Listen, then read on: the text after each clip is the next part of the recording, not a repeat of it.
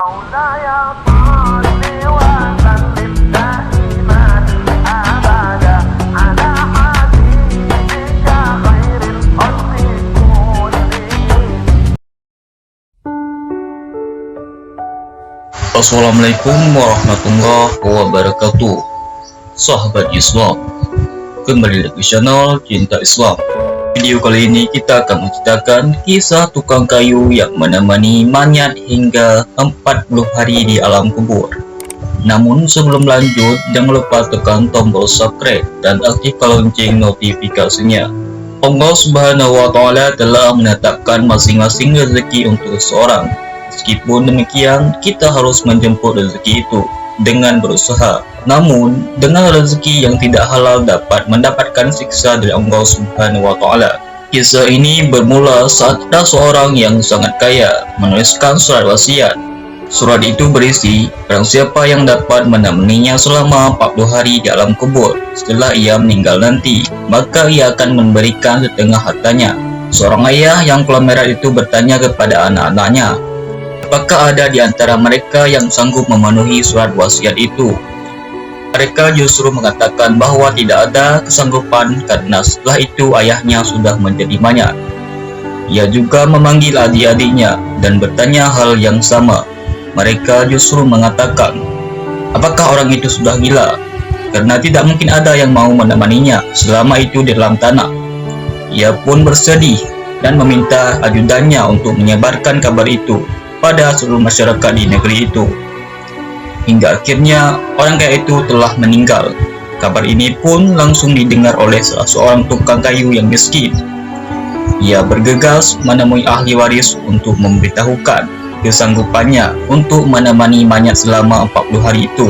Orang kaya itu pun dimakamkan di makam yang sangat mewah dengan segala perlengkapannya. Mayat itu dimasukkan ke dalam kubur. Begitu juga dengan tukang kayu. Ia hanya berbekal kapak agar masih bisa bekerja mencari nafkah. Setelah 7 langkah orang terakhir, datanglah 2 malaikat, yakni Munkar dan Nakir. Tukang kayu itu pun menyadari dan menjauh dari Semain. Kedua malaikat itu pun tidak menghampiri Semain, tapi justru mendekati si tukang kayu. Malaikat itu bertanya apa yang dilakukannya di alam kubur itu. Ia menjelaskan bahwa ia akan menemani Semain itu untuk mendapatkan hartanya. Malaikat bertanya mengenai harta yang dimiliki si tukang kayu.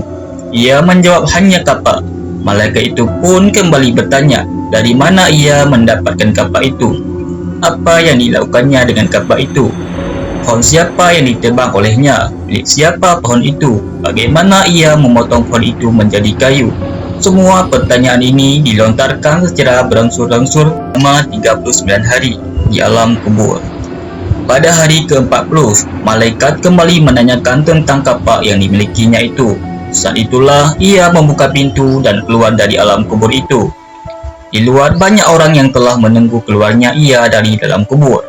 Tapi ia justru lari terbirit-birit sambil mengatakan kepada kumpulan orang-orang itu untuk mengambil saja separuh harta yang dijanjikan. Sampainya di rumah, ia menceritakan segala yang terjadi pada esoknya. Ia mengatakan bahwa dengan satu-satunya harta, yakni kapak, malaikat Allah telah memberinya pertanyaan begitu banyak. 40 hari itu terus-menerus ditanya seputar kapak. Bagaimana jika ia memiliki harta yang lebih banyak? Maka akan lebih lama dan banyak pula pertanyaan yang diberikan. Berdasarkan cerita ini, kita bisa mengambil pelajaran bahwa apa yang kita miliki saat ini akan dipertanggungjawabkan. Dari mana kita mendapatkan harta itu? Untuk apa hartanya?